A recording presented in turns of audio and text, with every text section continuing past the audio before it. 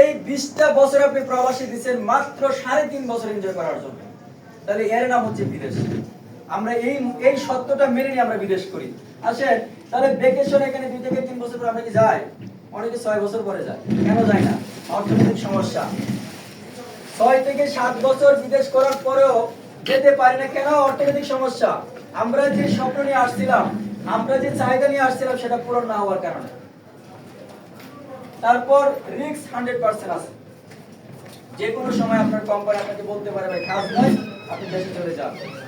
আপনি কাজ করছেন 3 মাস, স্যালারি নাও পাইতে পারেন, এমন হচ্ছে অনেকের। তাহলে এখন কন্টিনিউ রানিং আমরা দেখতেছি। তাহলে বিদেশের যে প্রবাসী যে বিষয়গুলো এখানে 100% রিস্ক আছে, ইনকাম লিমিটেড এবং ওয়ার্কিং টাইম 8 থেকে 12 ঘন্টা। ওয়ার্কিং টাইমের থেকে কোনো স্টেশনও নাই। এই যে গরমের কাল আসতেছে, কখনো নাইট ডিউটি, কখনো ডে ডিউটি, কখনো হাফ নাইট, কখনো হাফ ডে, মানে ডিউটির কোনো লিমিটই নাই। আপনাকে কত রঙের কত ডঙ্গের ডিউটি করতে হয় প্রবাসে আসলে, এটা আপনি নিজে বুঝতে পারবেন। বাংলাদেশ থেকে তো আমরা মনে করি যে সকালবেলা যাবো, সন্ধ্যাবেলা আসবো, 8 ঘন্টা ডিউটি করবো, এসির ভিতরে থাকবো, বাস, এটা হচ্ছে প্রবাস জীবন। কিন্তু এখানে আসার পর আমরা বাস্তবতা বুঝতে পারি, সঠিকটা জানতে পারি এবং আমাদের জীবনের মানেটাও বুঝতে পারি।